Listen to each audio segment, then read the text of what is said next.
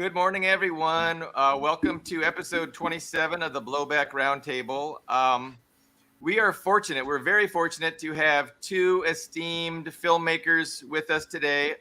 Andrei Nekrasov is with us via audio from, I believe he's in Norway now. Is that right, Yes, Andrei? yes. I'm in Stavanger. Hello. Yes, in Norway. And Regis is with us from his home in Crimea. So thank you guys very much for joining us.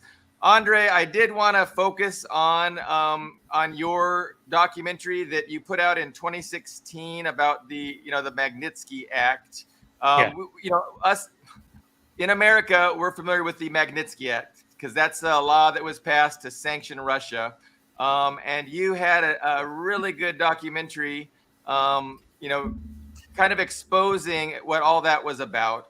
And so I know I just watched it recently. Ben watched it recently. Carlo watched it recently, and it was a great film.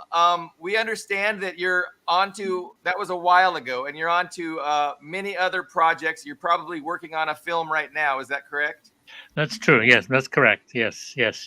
Actually, more than one film, and I also write. So, uh, I'm sure you know enough about filmmaking to know that it's a process. You write a script. Even in documentary, you have to develop your ideas and.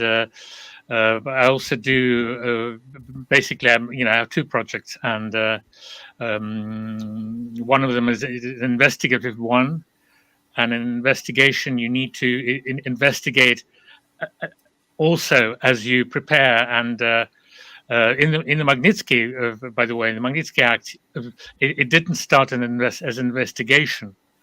It started as a drama documentary. I thought actually everything was clear about the case, and then it turned into investigation in an investigation when I realized that things just didn't add up.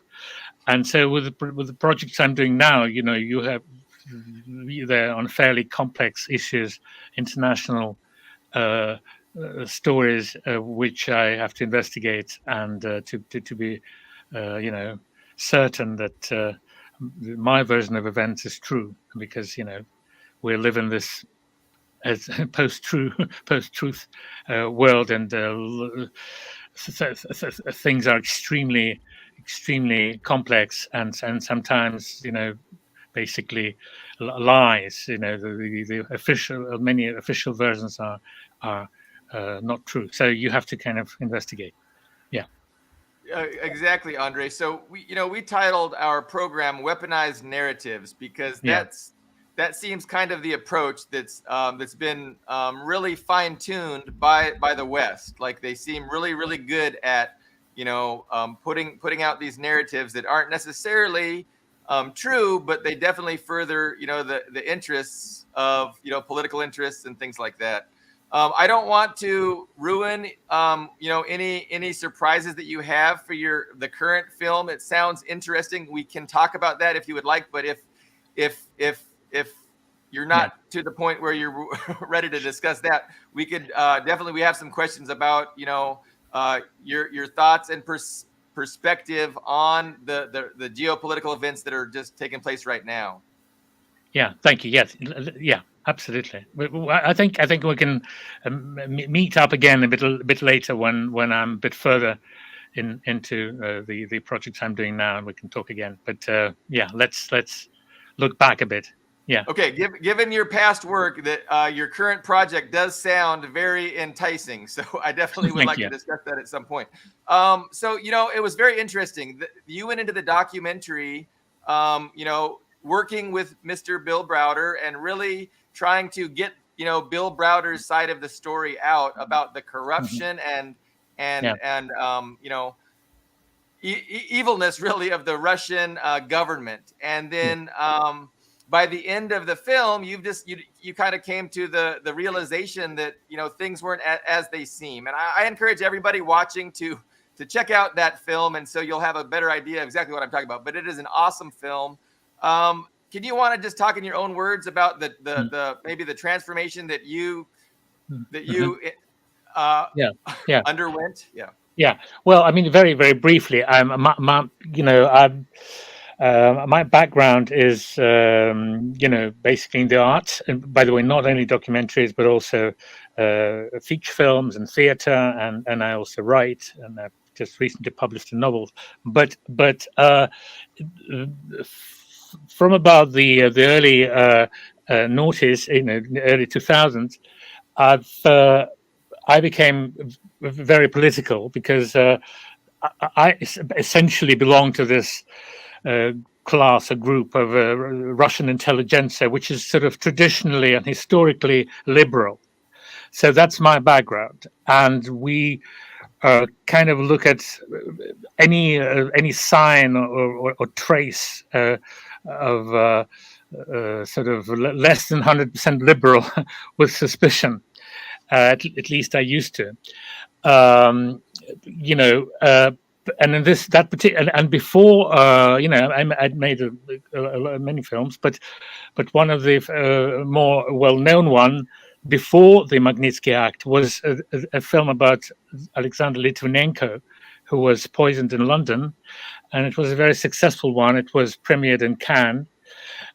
I now realize that it was given a lot of publicity, and Cannes, a main program of Cannes Film Festival, but it was, I hope, not only because I was also praised by for my filmmaking, film language, and I'm very proud of that film on that front.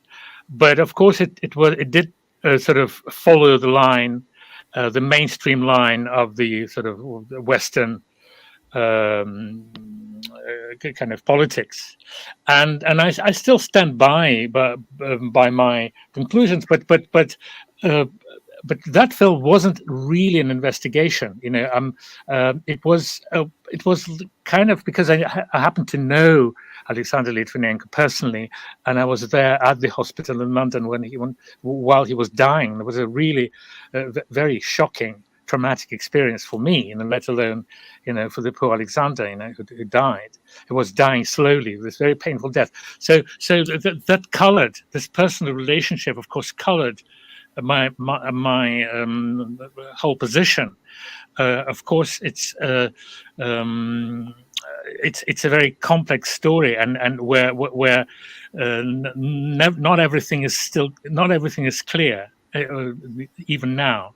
But we'll have to spend a lot of time if we talk about all of my films.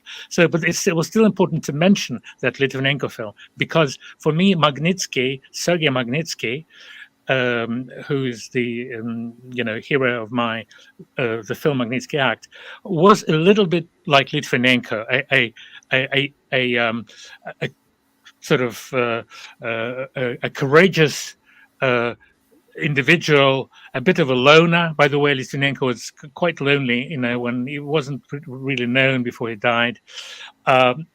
So I thought Magnitsky was another Litvinenko, but in a way even more interesting, because Magnitsky was coming from this financial world. He was an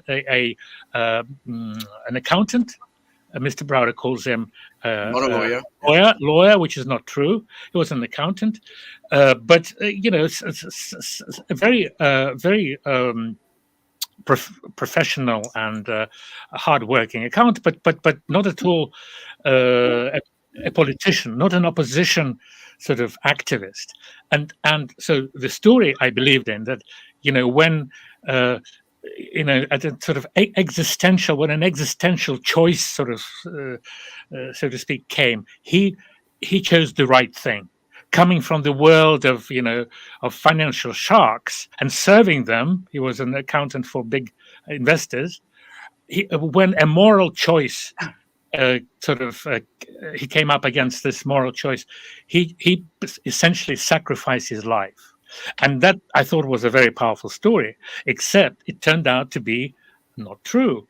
I mean, he very sadly died, but he certainly he wasn't the hero who, according to Browder, and as you rightly said, the version I believed in. So according to Browder, he was a whistleblower, hero whistleblower who accused the Russian police, the Russian state, of crimes and paid with his life for this. That's a fiction. That's a story invented by Mr. Browder. Magnitsky was a witness in a financial fraud case, which actually also involved Browder. That's why Browder had a motive to portray it as something else, as a story of heroism and human rights. It was in fact a financial crime, and Magnitsky was summoned as a witness, then arrested because he aided and abetted, according to the Russian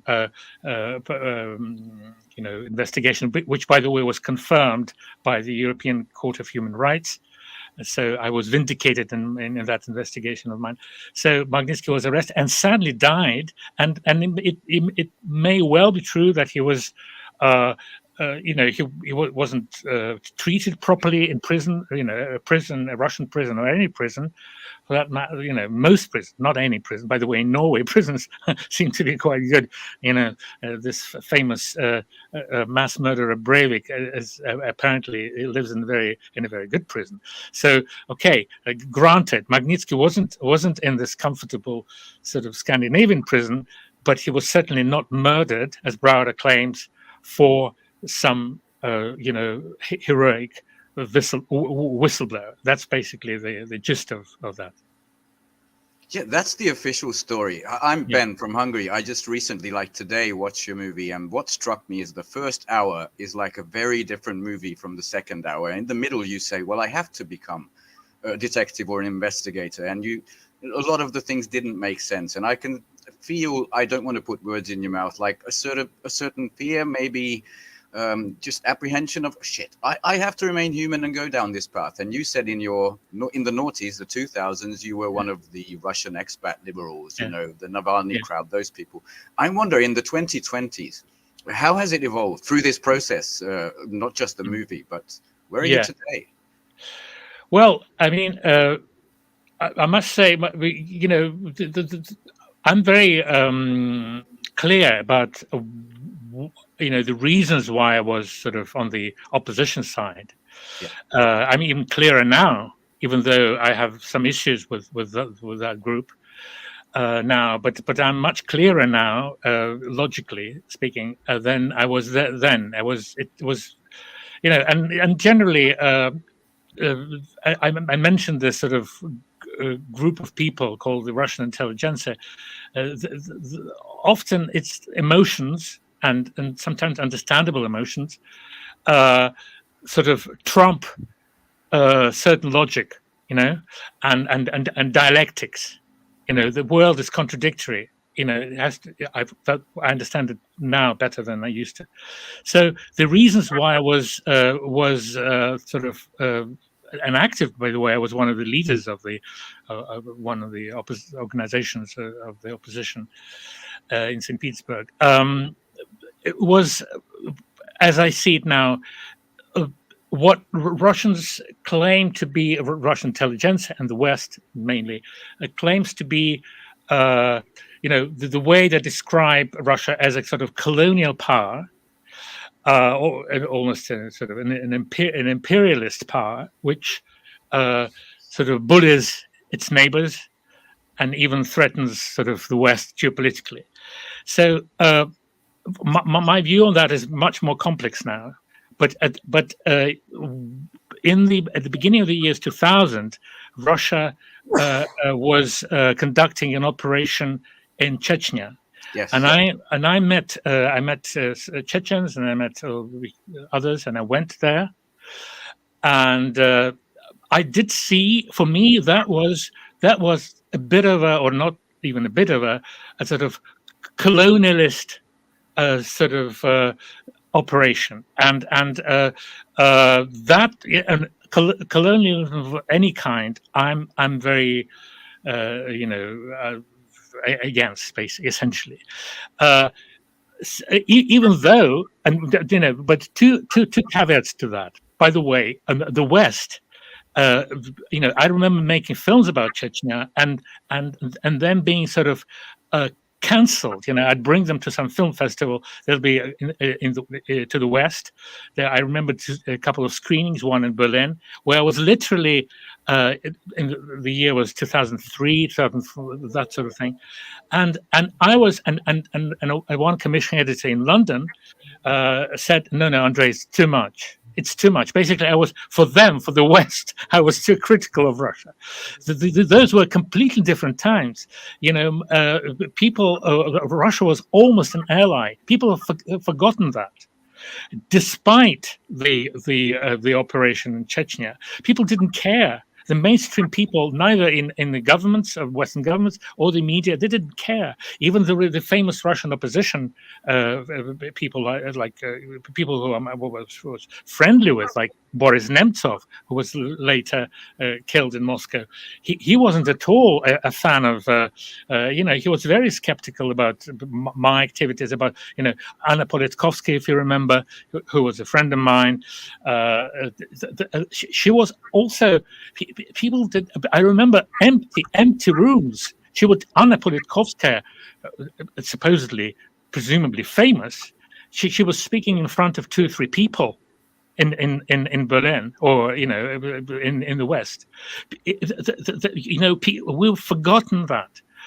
So these impulses, I'd say, say idealist impulses of those Russians who felt for the Chechens, who were not happy about their country of attacking Chechnya, even though most countries would do that, considering separatist, because that's how Russia treated Chechens, separatists, and most countries would try and prevent some territory from going away. So, but that was and that's the reason why I essentially was in the opposition. You're absolutely right to say that in many ways the Magnitsky case was an influence which changed me in many ways, because if you look at it technically, it's a story of financial crime. Yes, a lot of money was stolen. A quarter of $250 million. But these things happen. The reason why it's absolutely crucial as a story, it's because it's sort of it reflects the whole post-Soviet, post-communist post-communist developments, and a one-sided Western take on that. You have this guy who, by the way, wasn't rich at all, as he confesses, Bill Browder, at all. He was of someone very modest means before he went into Eastern Europe, and especially into Russia, and basically profited from the Russian post-communist privatization. But a lot of people did that, and okay, well, some people were lucky, even though the whole thing it was, I'd say, criminal. The way the Russians were, the ordinary Russians were deprived of their collective sort of property, of the prospects they were promised. They worked for the equivalent of $100 a month, creating this vast, creating real value. But they did it because they were promised. They and their children and their grandchildren were promised this bright future, and they were, most of them were, honestly doing their job and believing in that promise and in that ideology, which was essentially, about brotherhood and justice. Let's face it. So, and then it turned out to be a lie, and they were basically robbed. you know, Putin. overnight. So okay, but that's and some people were lucky, but some of those who got rich. Both Russia, by the way, of course, we have all those oligarchs, but also the Western people. And Browder is that side of the story which is not, you know, we all know about oligarchs, but we don't know about all the Browders of this world, of the Westerners who went there and made money. But the problem is, it wasn't just lucky. If he'd been just lucky or cynical, okay, well, that's life in a way. But there was a crime. It started with a huge tax evasion, you know, of millions.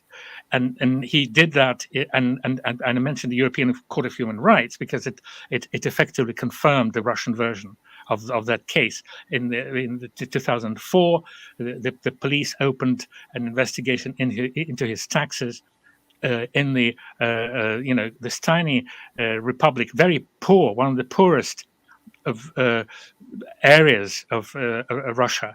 You know, by the way, bordering on Chechnya. It's when the Russian army conducted this operation in Chechnya. And when I was making film about human rights in Chechnya, Browder, who's now praising himself as this human rights. He's one of the biggest human rights defenders in the world.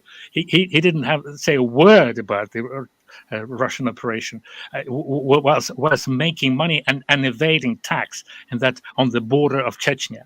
That's very symbolic. And so, and he was moreover, he was known as Putin's fan. I actually heard of him for the first time when I was in the opposition, and he was praising Putin. And he had this reputation. Oh, that American who sort of is in love with Putin and praising Putin, and sort of because he wanted people to invest in his hedge fund, which was based in Russia, and he'd do anything for money, essentially. So anyway, that's the background of it. But that case was real; it was a real financial crime, and then it led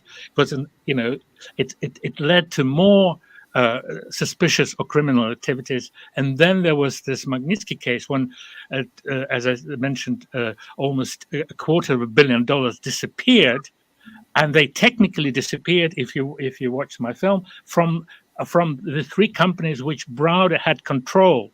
So he basically then smokescreened the whole thing by saying that, oh, those companies, yes, they were my companies or our companies, Hermitage Funds companies, but they were stolen.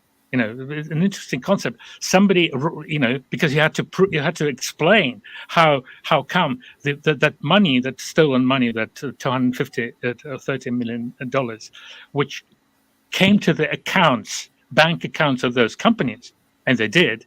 How come it wasn't him, Browder, who basically nicked them, stole the money? So he said, no, the companies didn't. I lost control of those companies, and that's where I started to suspect him, because this money, the company theft, he called it company theft, the way those companies were stolen by some some sort of figurehead directors, it didn't make sense. It just didn't make sense. There were all kinds of inconsistencies, but to be more specific, you have to watch my film. Otherwise, we'll spend. Can I add? You just have to read Russian in Cyrillic, which you did, which the West relies not on. They mistranslate, they misconstrue. All you have to do is read the original Russian documents. Sorry.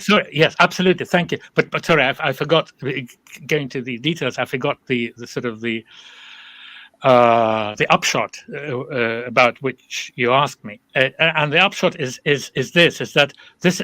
So, one thing is to say, okay, some people are lucky, some people, and of course, the Westerners had an advantage. If you went to Russia in the 90s, people didn't know, people hadn't had, a Western banking system. Everything was basically created at nihilo, from scratch, and anybody who understood the stock market or whatever, had a huge advantage, because Russian stock market, okay, there was the crash in the 90s, but essentially, if you just were in the know and bought some shares, I don't know, Gazprom or Norilsk Nickel, and did nothing, even during the crash, just did nothing, you'd automatically become a millionaire. But you had to know, first of all, had to have money, and then you had to have the experience.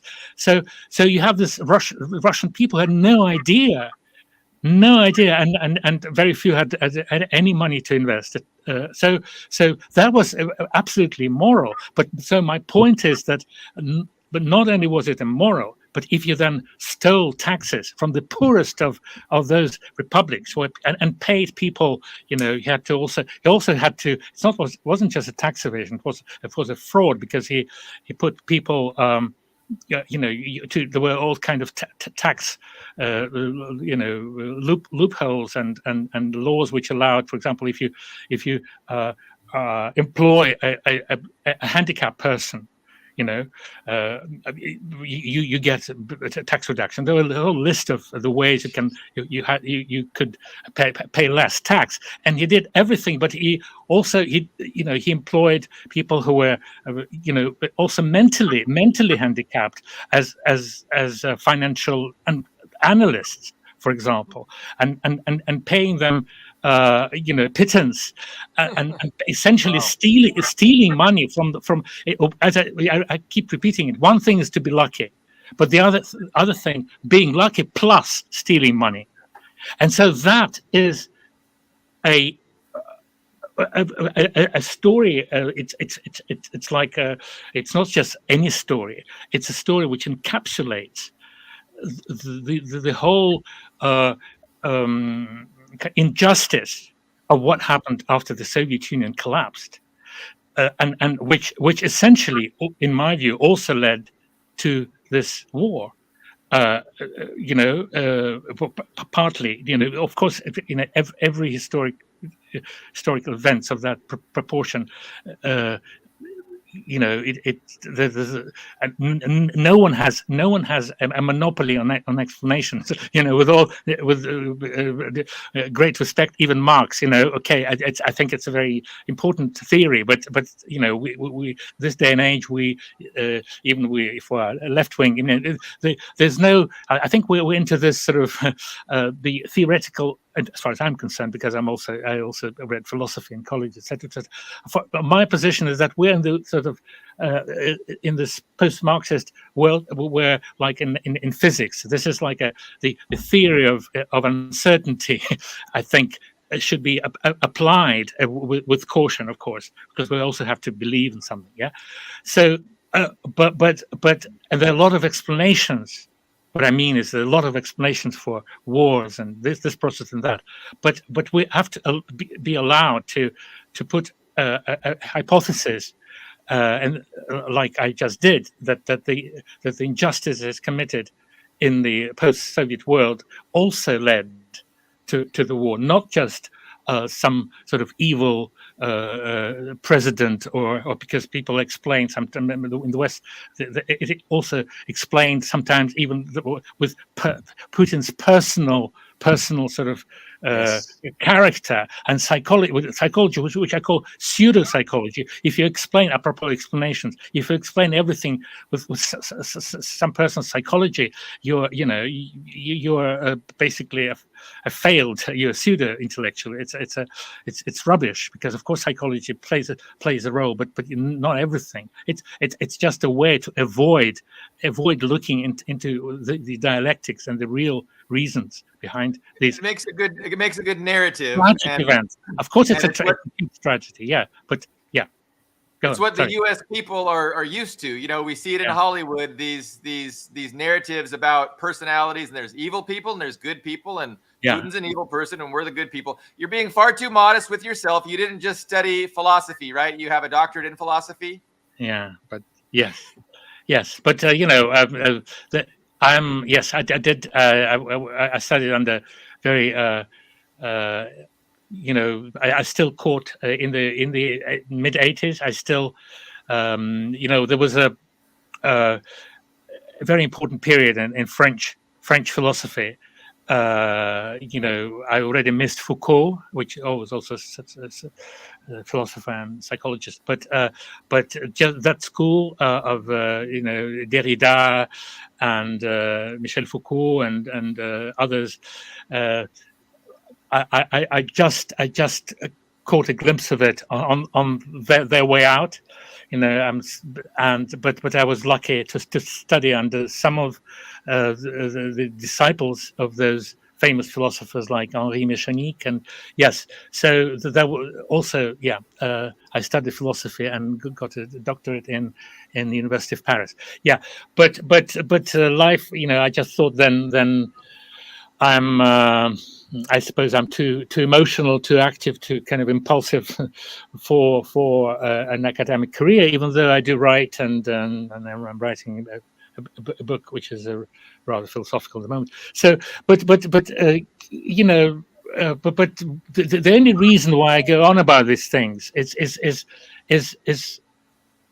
the complexity of this world, and we can't know everything. And as you rightly said, I believe Browder because I simply I was actually prejudiced. I was prejudiced against the Russian state, and and by the way, I'm still a critic of the Russian government. To be clear.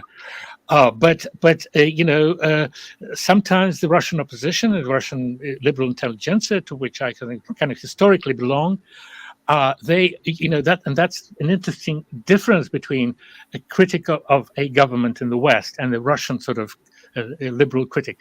They or even I at the time they question even the very existence of their state. They're ready tomorrow. They're ready to basically to give up in some sort of conflict, to surrender to a foreign power. If they believe in say liberalism, they can go as far as to say, common rule. America, common rule here because you know better. How to run a democracy. So this is and Dostoevsky in the 19th century, he already sort of saw that the Russian pro-Western liberal is the most pro-Western liberal, is more pro-Western than the Western liberals. This is in sort of an extreme.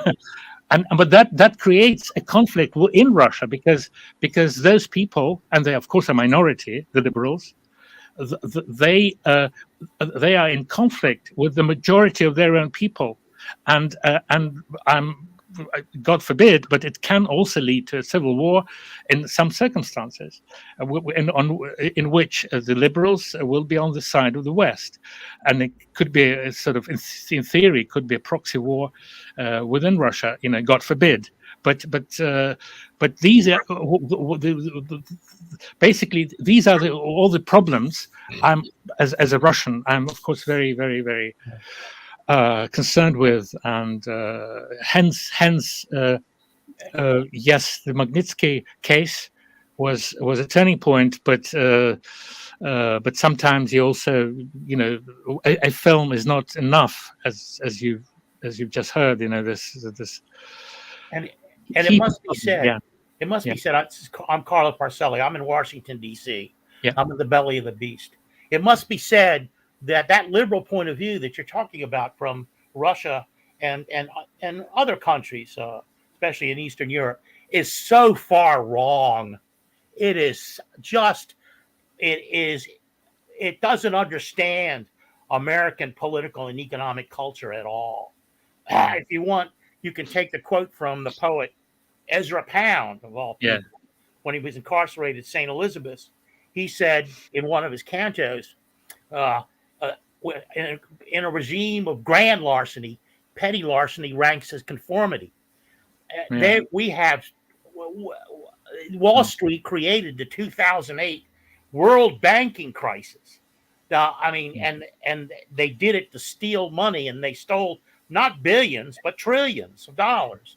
And they've been promoted, and they have positions of power. No one has been No one has been convicted. So that notion that the West could come in, especially the United States, which is a rank evil place, could possibly inform somehow Russia is just, it's so naive. I can hardly believe it. Yeah. But when I was in Moscow, I experienced some of that liberal attitude among people, and I was there at the behest of a lawyer that was doing contracts between U.S. corporations and Russian oligarchs, people who had some means, and they were all corrupt.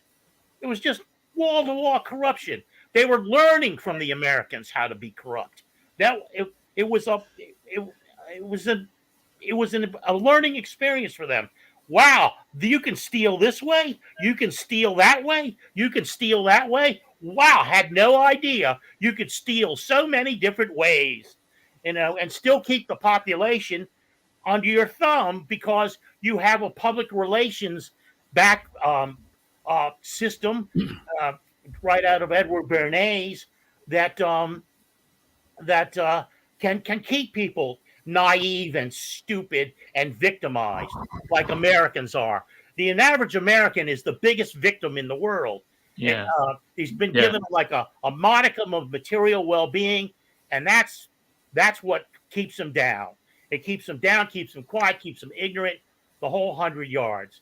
So, the other thing I found interesting that you mentioned when you talked about Heisenberg's, well, I translated indeterminacy relation, but you're talking about the uncertainty principle. Well, that's, you're right. You have to be careful about how you apply it, because anything outside of science it's metaphorical. Yes. It becomes art, and you are a true artist. Your film is brilliant. But the notion that I was kibitzing before there was the internet. I was writing letters back and forth with a former Washington Post editorial writer, and he was telling me that I was wrong, that journalism its point was to be objective, and that the Washington Post was always objective. And I wrote back to him and I said, look, even physics isn't objective anymore. Absolutely.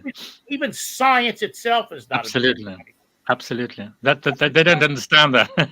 No, he didn't know what I was talking about. Yeah. And so, but I'll cut it off here.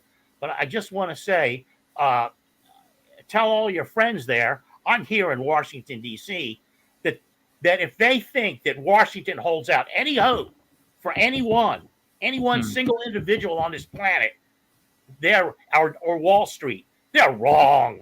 They are wrong. They are childish in that regard. Yes. Well, I hope this is being recorded, because I mean it. I want to play this, what you just said, to my liberal friends, because they don't, especially now, because now it's everything's black and white, and they unfortunately, that group, which I know inside out very well, they idealize the West. They would say, all this thing about, the Soviet Union had, empty shells. Look at the America, and even now, everything is yes, and exactly, and even now, because okay, well, that's one thing. Even that, of course, has to be seen in the context. But they'd say even now, everything which is sold in Russia is sort of intrinsically, automatically substandard or worse. So that's a kind of that's a belief. It's a belief system. Which is very difficult. It's not a gas station with nukes, Andrei. Is that what you're telling us? Yeah, exactly. The American media, Exactly. That's what we are. Also, for every spare rib or chicken wing that an American eats, there's thousands of people suffering all around the world by the U.S. empire. Yeah, look at Venezuela, for example. The United States is holding this guy, Alex Saab, because he was going around the world trying to feed Venezuelan children because the United States was starving them. And he's in American prison. You can, by proxy, Julian Assange. But you want to talk? I was taken by the parts in your film about Russian prisons and how bad this Russian prison was. We just had an inmate in a prison in Fulton County, Georgia, black man, of course, and mentally ill, who was eaten alive by bed bugs while he was in prison. That's what kind of country these people, these idiots, apparently, I'm sorry, these idiots believe is the best place on earth. That's shocking. Andrei, it's really great to hear, in your own words, kind of how, your transformation from, true believing liberal intelligentsia to, to an awakening, to having a bigger understanding. I want to hear more from you. I know Regis always has some good thoughts to share. I want to let Regis get in with anything he has to say, but I do want to get back to you as well, Andrei. Okay. All right. Thank you, Billy Bob. Andrei, this is Regis. Yeah. I'm in Yalta now. Been living here now for 3.5 years. Mm-hmm. I came here to find out the truth about Russia, the Russian people.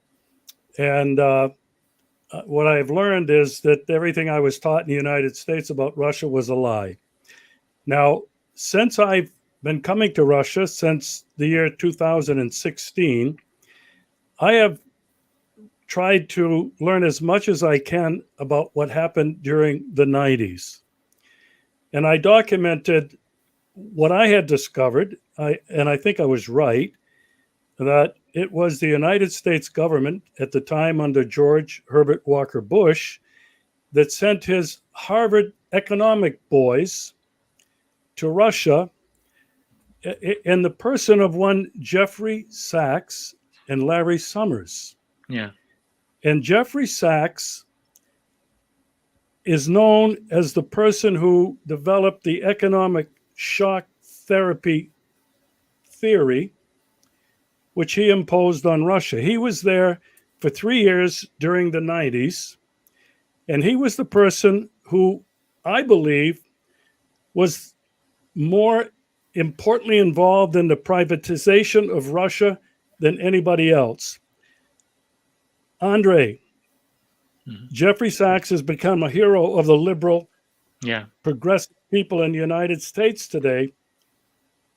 But I'd like you to share your thoughts on Jeffrey Sachs. Was he connected with the Broward types? And how significant was he in the rape and pillage of the assets of the Russian people? Well, I didn't know whether they met, but what I can say, of course, I know who Jeffrey Sachs is, and I think Naomi Klein is one of those who wrote about him. I never met Sachs, unlike Browder, but Browder would certainly, Browder has, Browder, as you might know, is a grandson of Earl Browder, who was the leader of the U.S. Communist Party, one of the longest serving. I think he was the leader during the war. Second World War, so he probably, he knew Stalin or something, but he basically was a very important figure in the communist movement. And I once asked, by the way, I asked Browder once, what would your grandfather think of you going to Russia and essentially looting it? He just shrugged it off. But it was a rare moment of honesty, by the way. This is a little joke for you, but it's true. That's what happened. He did. It was a rare moment of honesty because maybe he didn't expect this question. So his sort of knee-jerk reaction was, "Oh, he certainly wouldn't approve of me." That was his first. No, he certainly wouldn't approve of that. But then he said, "Well, but I'd explained it to him, all this thing about human rights, etc., etc." But that's a little story for you. But Browder has this ambition. That's why there are a lot of people who didn't pay tax or basically ran off with the loot. But he has something. There's some sort of psychological mystery to him, in him, for me, because he does, or maybe he's just a narcissist. He likes speechifying. He has this sort of theory part to him. He likes to sit around and explain that yes, we're making money, but we're also doing good. That's quote, making money and do good at the same time. And the Russians didn't know anything about capitalism and democracy, which for him is one and the same, of course. And he'd go on and rant about that. So he has this sort of. I'm sure he wouldn't pull any punches when he would kind of given a chance and be a Jeffrey Sachs and be a kind of to be asked to provide a theory for what he was doing. So in that sense, of course, he is one can say an extreme neoliberal. Who believes in that kind of capitalism. He didn't question it at all, because I also because making this film and making also the film, the projects I'm working on now, I did meet some of his colleagues, and they were more, capitalists themselves. They were more sort of qualified, and saying, "Look, I mean, of course, it was a tragedy for the Russian people. Of course, we saw, obviously educated, middle-aged people who had to sort of beg." And they were not sort of dopers. They were not beggars. They were not bums. Well-educated women, with high education, having to collect bottles to survive. Yeah. And it was a tragedy for the majority of the Russian people. So there were Americans and foreigners who understood that and told me that. But in Browder, and I knew him fairly well, I never ever spotted sort of that a thought or an emotion or anything of that kind. No regrets, no sympathy, no empathy for the suffering of the people in those days. And those, you mentioned the 90s. That in the Russian and 90s, the 90s it's associated, for the most Russians, associated with we just, as I mentioned, people having lost everything, educated people having lost their role in society, but also young people who had nothing better to do than take drugs, in their millions. So loss of life. The largest, the suicides. We have this whole lost sort of generation of people, and we're still facing those circumstances. You talk to any average Russian, he'd have just like about a war. The Second World War, the Great Patriotic War. Well, that generation is almost gone completely now. But it's the equivalent in many ways. It's an equivalent. The 90s, this privatization of the 90s, is an equivalent of this national calamity, which the Second World War was. So, and almost every family has a story. It's a tragic story to tell. So that's the kind of thing that it was. And for the liberals, for this absolute minority, it was the best time. They said, okay, this, they had, the privileged ones. Of course, it was a free for all, and for some foreigners who went there. So, what can I say? How has your opinion of President Putin changed? Like, he's been in power for a while now. I mean, more than almost 2.5 decades. It kind of seems to me that, he ran on a platform of getting the oligarchs under control, normalizing the economy, stabilizing the economy by nationalizing the oil and gas sector. That seems to be what he has done and what he has done successfully. And the quality of life, the living standards for Russian people have gone up tremendously over the past, 2.5 decades of Putin's leadership. And I think that's why he's very, very popular. But I mean, can't even liberals appreciate that about Putin for what he has done for the Russian people? And where do you stand now on the question of Putin? Do you see him as a bad person still, or do you have some good things to say? Maybe. Well, look. It's a good question. There's a few questions, but let's start very, very quickly. Try to be as concise as possible. Well, first of all, the liberals, they don't see that difference. They don't see one obvious thing is that if you live in Russia, and it's normal. We can't always take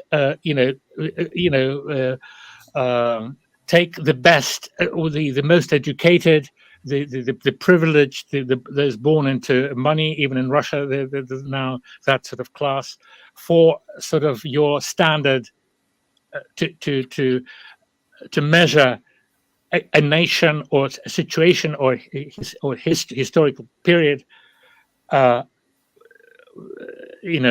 peg them on the privileged, and that's what, by the way, and the media sometimes the Western media sometimes not quite consciously, or sometimes consciously does. When sort of a Russian take on this or that, it's a liberal, a member of liberal intelligentsia, which are almost always are also privileged in the material terms. It's them who are asked, invited to talk, invited to criticize Russia, or to admittedly objectively judging Russia and Putin. So those people don't see the obvious facts. And if you're an average person who lives there, it's absolutely obvious that your standard of living, your life, improved since Putin came to power. Because who they have to compare Putin with? Yeltsin, the disaster of the 90s. They don't have the prime minister of Norway, and people criticize them here too, or sort of the best leader you can find, and no political leader is an angel, I might say. But take the most disparate country, some smaller country, luckier country with a very high GDP like Norway or Switzerland or Luxembourg, whatever, and do people compare? Must people compare them?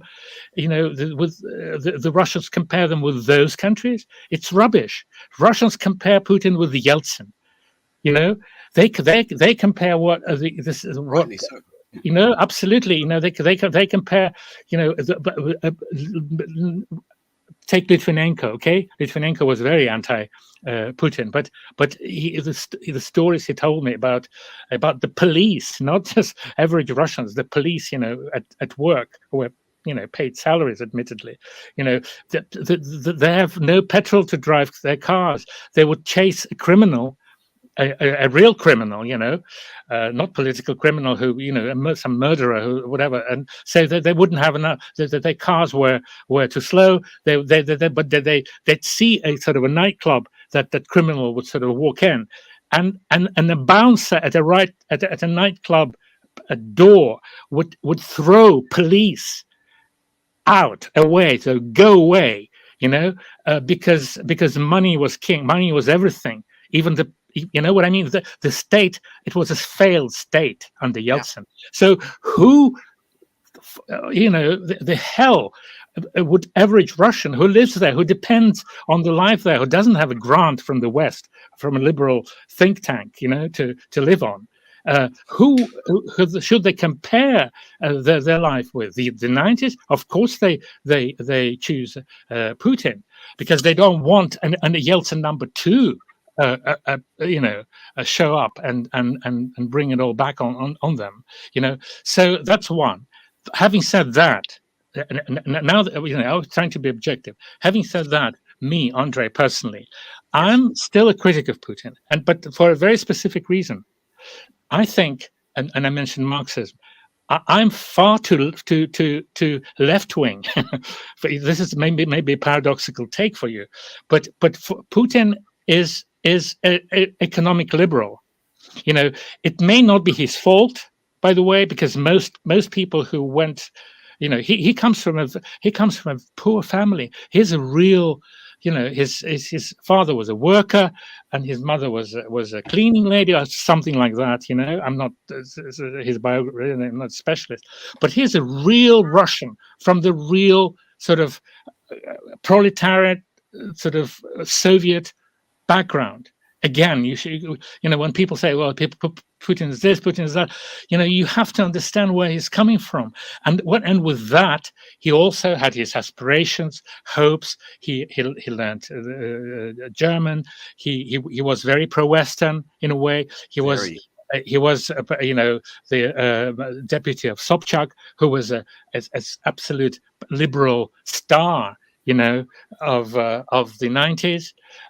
So you must understand this context. So my criticism is, for Putin, is that he's too economic liberal. But I try to be objective. I try to criticize the government as people, people of right and should be able to criticize their government as the Western people criticize their governments. I don't say that the Russian state should cease to exist, as some liberals say. The Russian state should be completely sort of undergo a change and become a vassal of the West, etc. We talked about that, but so. And in a way, of course, but this is an extremely paradoxical subject because if and I don't know, Regis is now in Russia, in as they call Russia occupied Crimea, but maybe even Regis knows more about it. But okay, well, I might know a few things. I made a film. One of my films, a series actually, was made in 2015, was on Russia at that point. And I interviewed people, refugees who came from Ukraine, from eastern Ukraine to Russia. And they were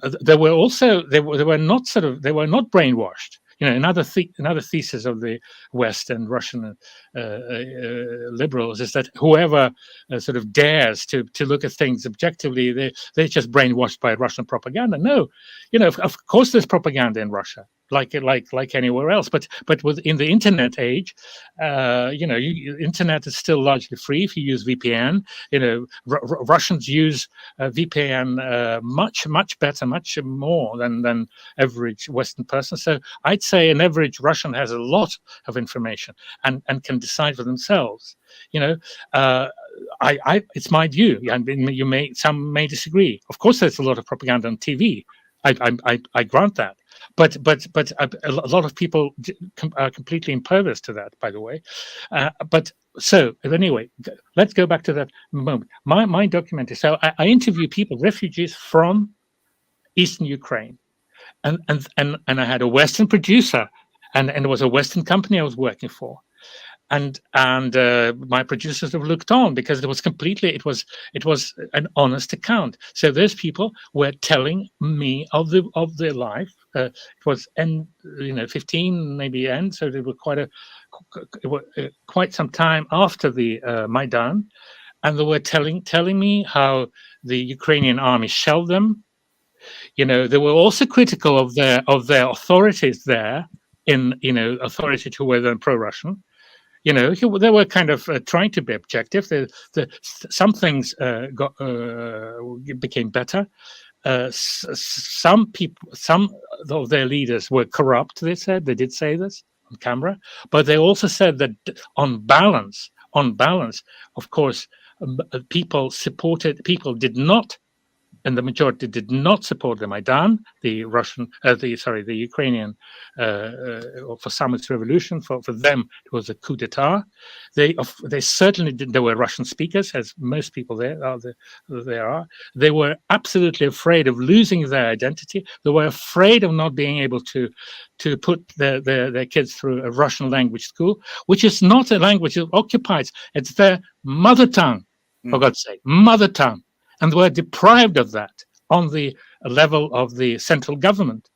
And so I want anybody who tells them that, and of course there's people in Ukraine, some of them I know too, and some of them were sincere. I think it's a mistake. They were sincere, saying that those people in Donbass, they're somehow they're not quite, they're a little bit retarded. In Ukraine, it's not politically incorrect to say that people in Donbass are slightly retarded. They have all kinds of explanations for that.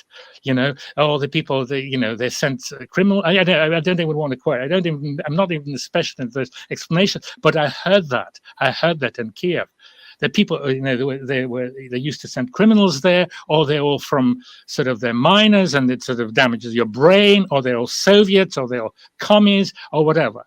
So this sort of attitude, what do you expect from those people? Do you expect them to surrender and submit and say, okay, take my language away? This is not to say that. But by the way, okay, the point was that some of those men. I interviewed people who left. I interviewed them outside of Donbass, but they left. They went. They were dying to go to Russia, where there was more stability. But some of those men who were behind, and then later I interviewed them as well, and some Russians. But it's absolutely true, by the way, that Russian volunteers, not just Ukrainian, from Russian Federation, that also did go there.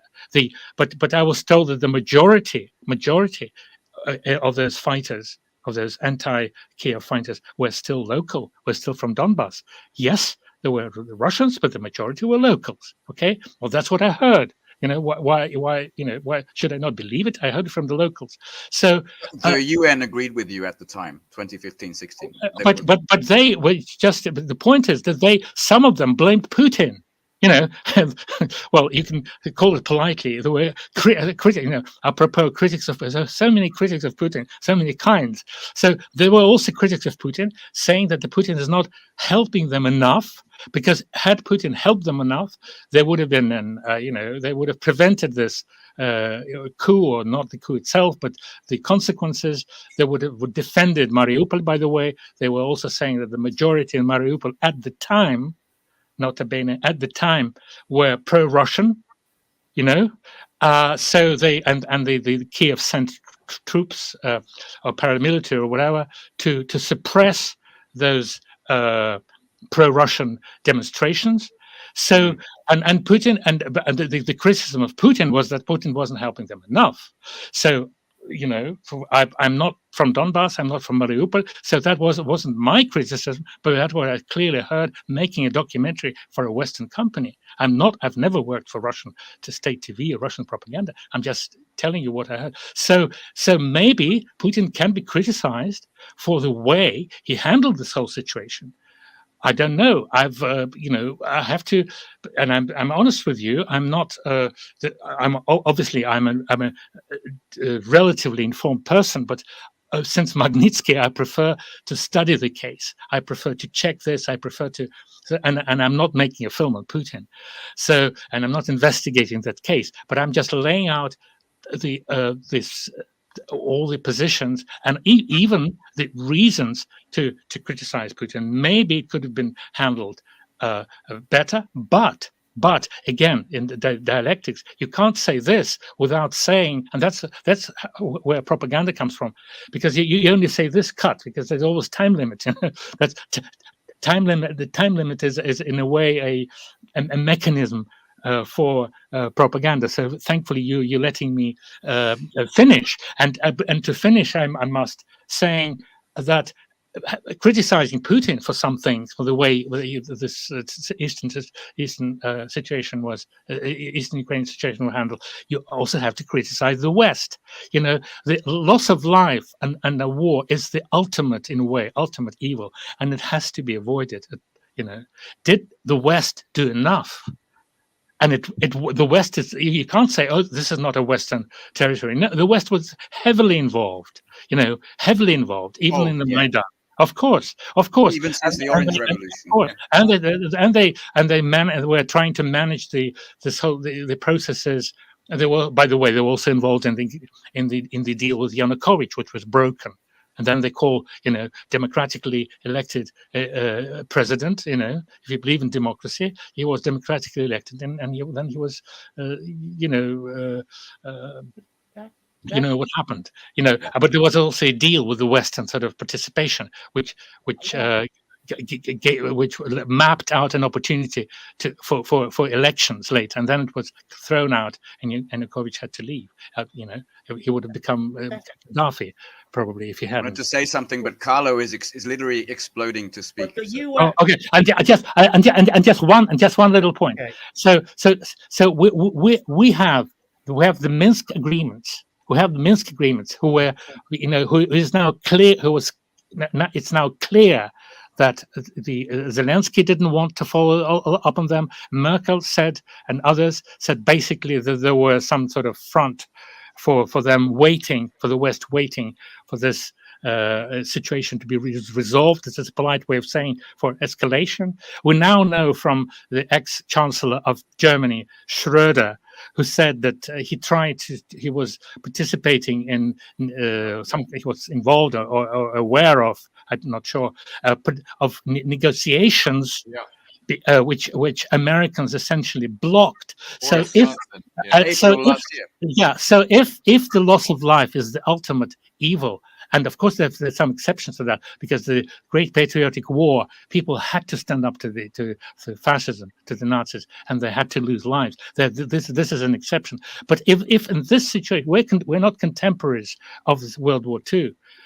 We're contemporaries of this situation, and before our eyes, ordinary people were betrayed. People in Ukraine and people in Russia, but and with all the criticism of Putin, the West is certainly to blame. Well, and you have to understand that the United States went in with the Maidan coup, supported by Ukrainian Nazis, Banderites, by design. And part of the design was to destabilize the region and ultimately to break up Russia. That was part of the formula. That's how heinous these people think. They're not above doing anything that will get. They don't care about human life. They don't. The U.S. Oligarchy, let's call them that, political and economic oligarchy. They will kill millions of people to maintain their economic and political hegemony.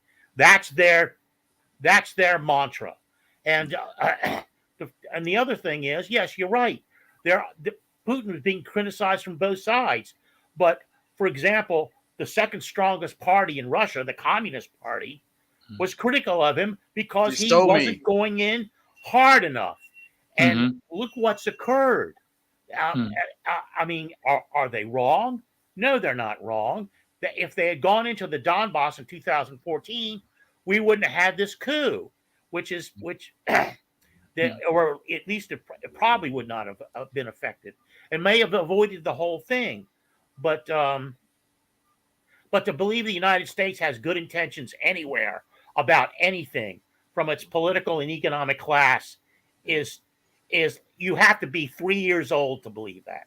If you're beyond 3 years old, you figured it out. Andrei, you've been very, very generous with your time with us. Thank you.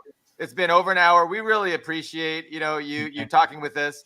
You've been very diplomatic. I think you've managed to walk the tightrope and not upset or anger Yes. your your liberal friends, and you've said some things that we agree with, definitely. I would agree with Carlo that human rights isn't really a concern of the Western ruling class. What they really care about is cynically exploiting human rights in order to further their political objectives, and their political objectives are hegemony and making sure that they maintain their disproportionate share of wealth, power, and privilege that they currently enjoy. But it's declining, and this is making them lash out with these proxy conflicts that we're seeing. But I'm not sure. We could probably let you go. I mean, unless you have you really want to. No. Thank you. Well, let's try and meet again. When I have more stories to tell about my current work, but thank you. I think it was. Before you go, Andrei, Yeah.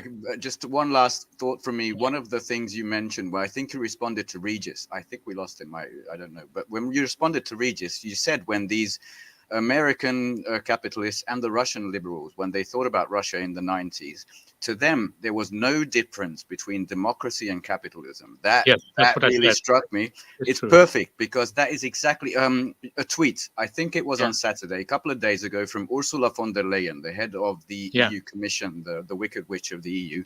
She tweeted this: "We stand side by side with Ukraine. We stand by Israel. And we stand with Svetlana Tikhanovskaya and the Belarusian opposition." I'm wondering if you had any thoughts about that little tweet, because that to me, that was exactly what you said. Well, yes, unfortunately, that particular person is not known for. I like using this word dialectics, but it's probably far off. In her case, it's not even just. Clear thinking. I mean, I'm sorry, Madame von der Leyen, but I'm very critical of the way you handle. And she had, she's prone to gaffes. And when people, I know Germany a little bit, and she was extremely unpopular in Germany. This also shows how these bureaucrats.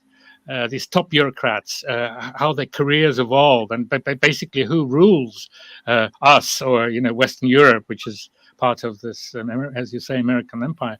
I mean, they are very often they're just mediocrities who know. Agree 100%. And unfortunately for me, she's an example of that. So, but of course she also reflects this the ideology, and we won't go into the Israel thing, but this kind of this automatic sort of axiomatic nature of politics today, and I suppose politics have always been like this. But what I can say is that is what wasn't always the same is the situation in the arts. And I'm not saying, like some people do, like everything was better, it used to be better before. But there's just one specific thing which has to be said, because I'm a filmmaker. I'm not I'm interested in politics, but it's not my job, right? And I do work in the West, as I said very clearly. I don't, even if I work in Russia, I did. For example, I directed a play there, but it's very unusual for me. I work in the West, and if I go to Russia, I work for a Western company, for a Western, network, or so. But so I can. But I know this Russian art scene, intellectual scene, of course. So what we, and I even view the Soviet Union differently now, on sort of given the experience and analysis and everything. But at the time I was eager to leave the Soviet Union to study in the West, because not there were people who were just wanted to get rich or wear Western clothes. Of course, I wasn't one of them. I wanted to study because I didn't feel there was enough debate in the Soviet Union. You know, every regime, every country praises itself. The Soviet Union praised itself, and partly it it had a reason, because there was more equality. You know, some things really.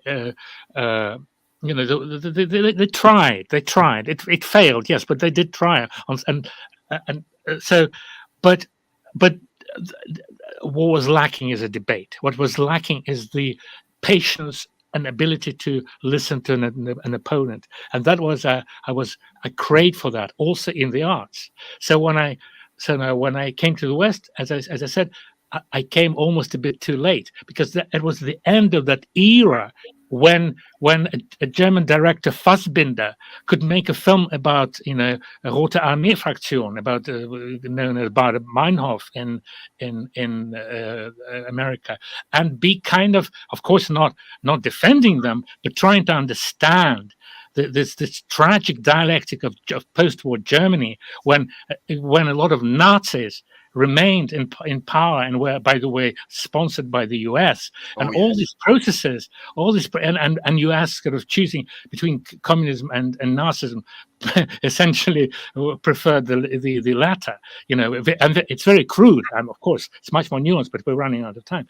But what I'm saying, all these dialectics were still allowed to be to be debated. You know, in France, Godin and others, you know, the left-wing views were still part of the intellectual.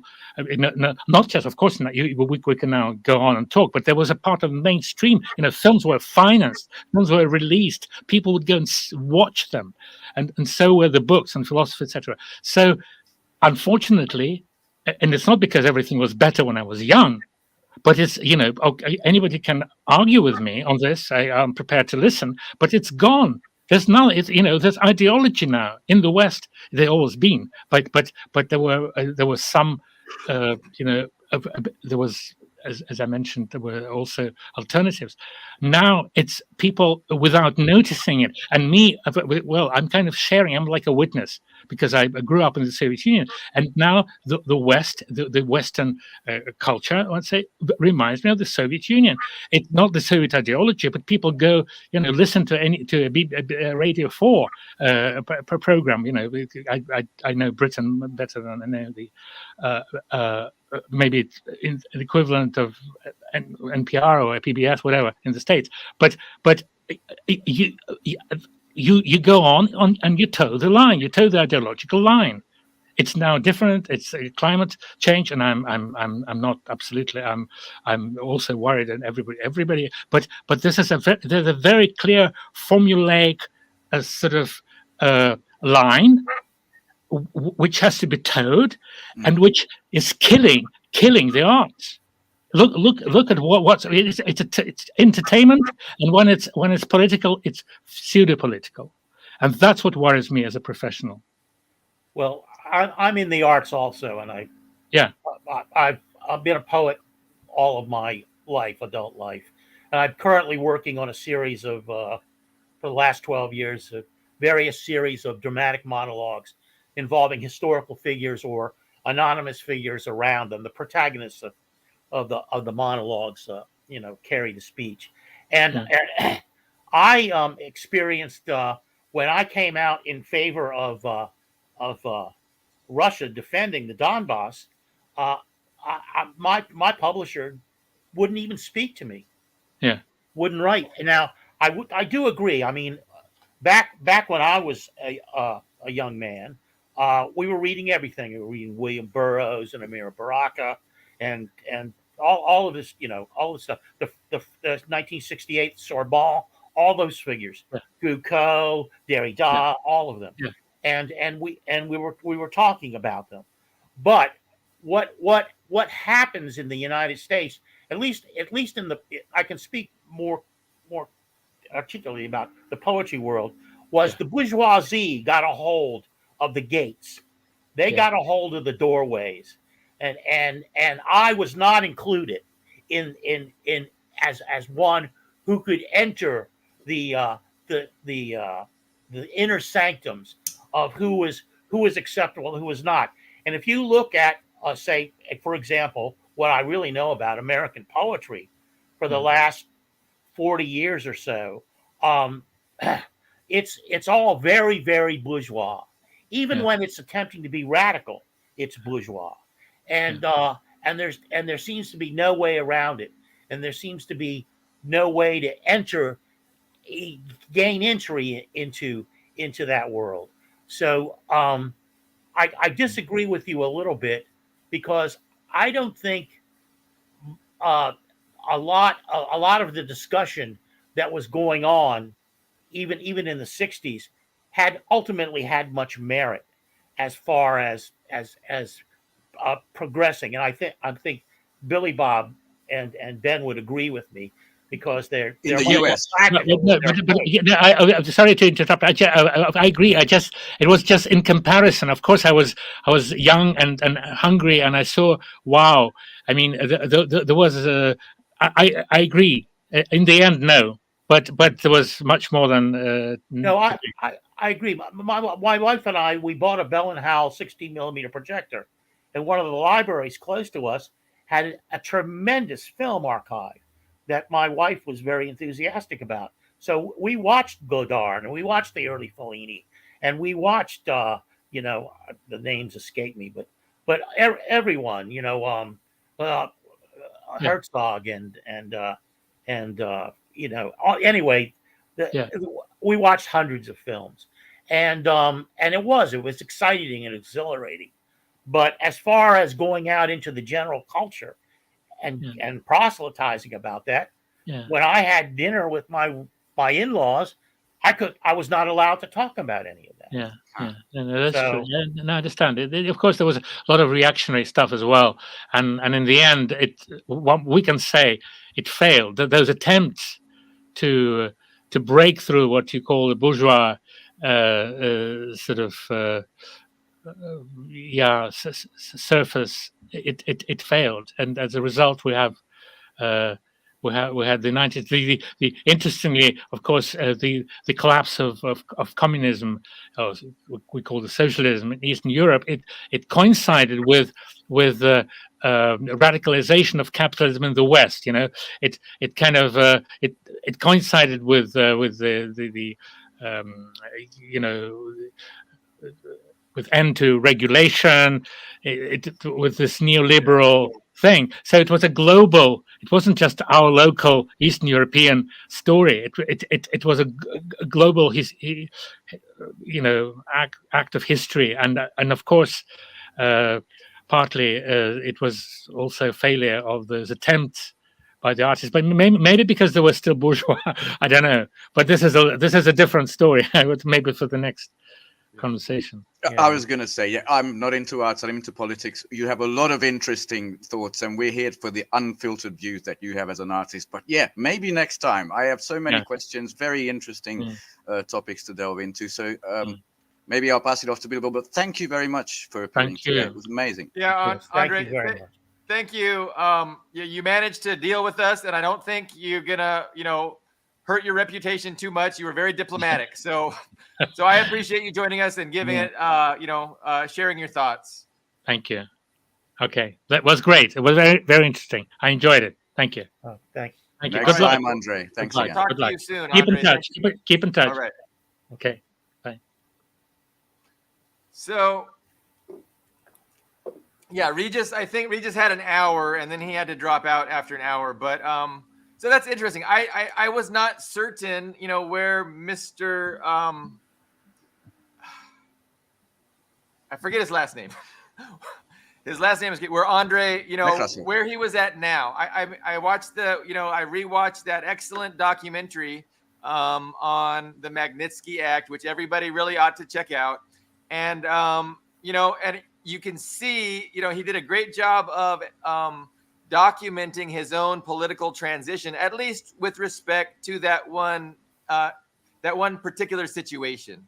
And so I wasn't sure if, how big of a change in his views that resulted in, but, it was interesting discovering that during, his, everything he was sharing today.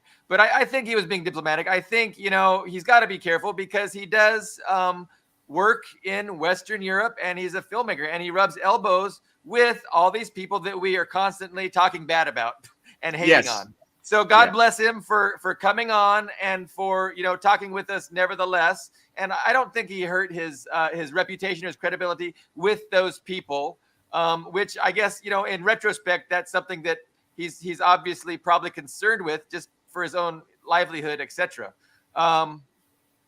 But a careful man, but as he said, he has his own life path. An artist, a Western Russian expat, and I really appreciate his unfiltered views as they were. I didn't feel the need to, you know, debate anything.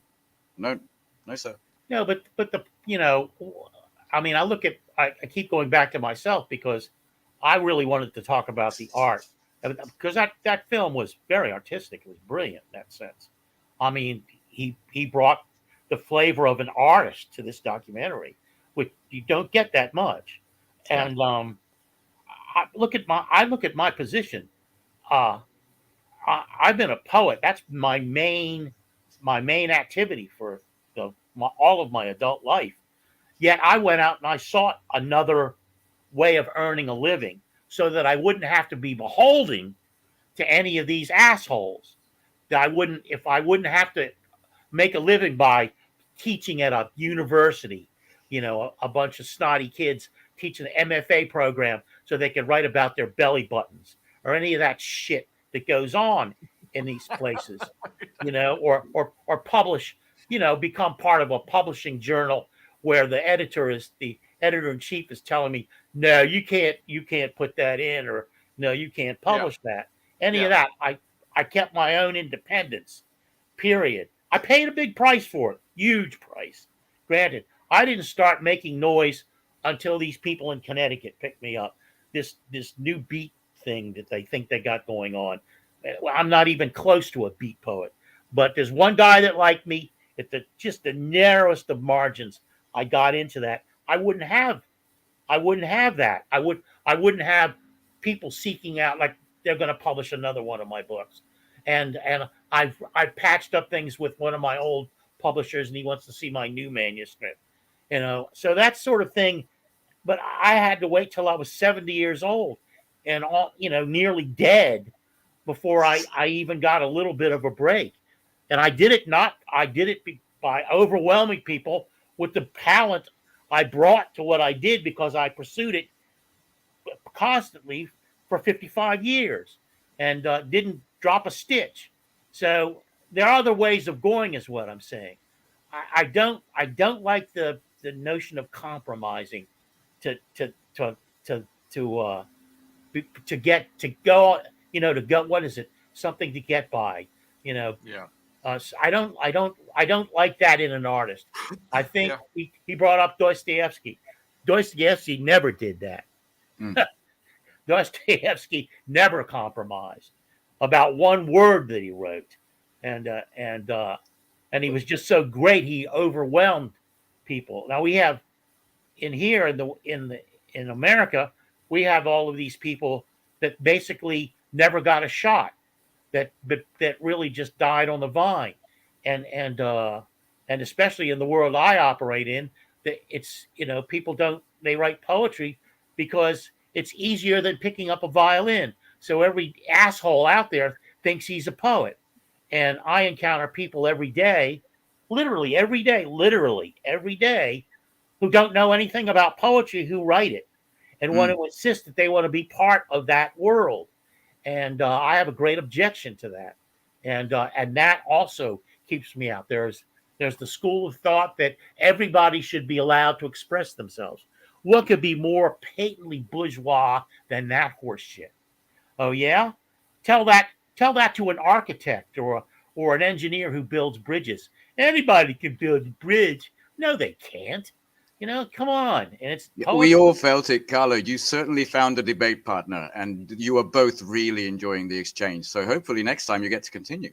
Yeah, I'm sorry. I'm going on with you guys, and you don't want to hear. That's not true. But anyway, that's my perspective on things. But yeah, I would recommend everybody checking out Carlo's work. It's called Putin Ain't Such a Bad Guy. It's a draft colloquy on the CIA by Carlo Parcelli. You can Google it on the internet. It's one of his greatest works, in my opinion, because I'm more political than artistic. Yeah, that was not. I don't consider that a work of art, but it's the only thing I ever put up that went viral.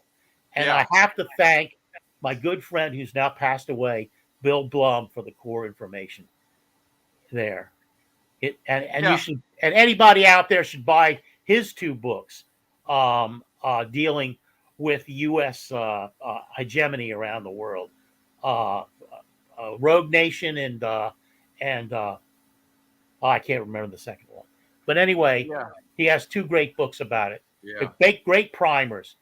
Killing Hope. Killing Hope, right, exactly. American military and CIA interventions since like 1946 or something.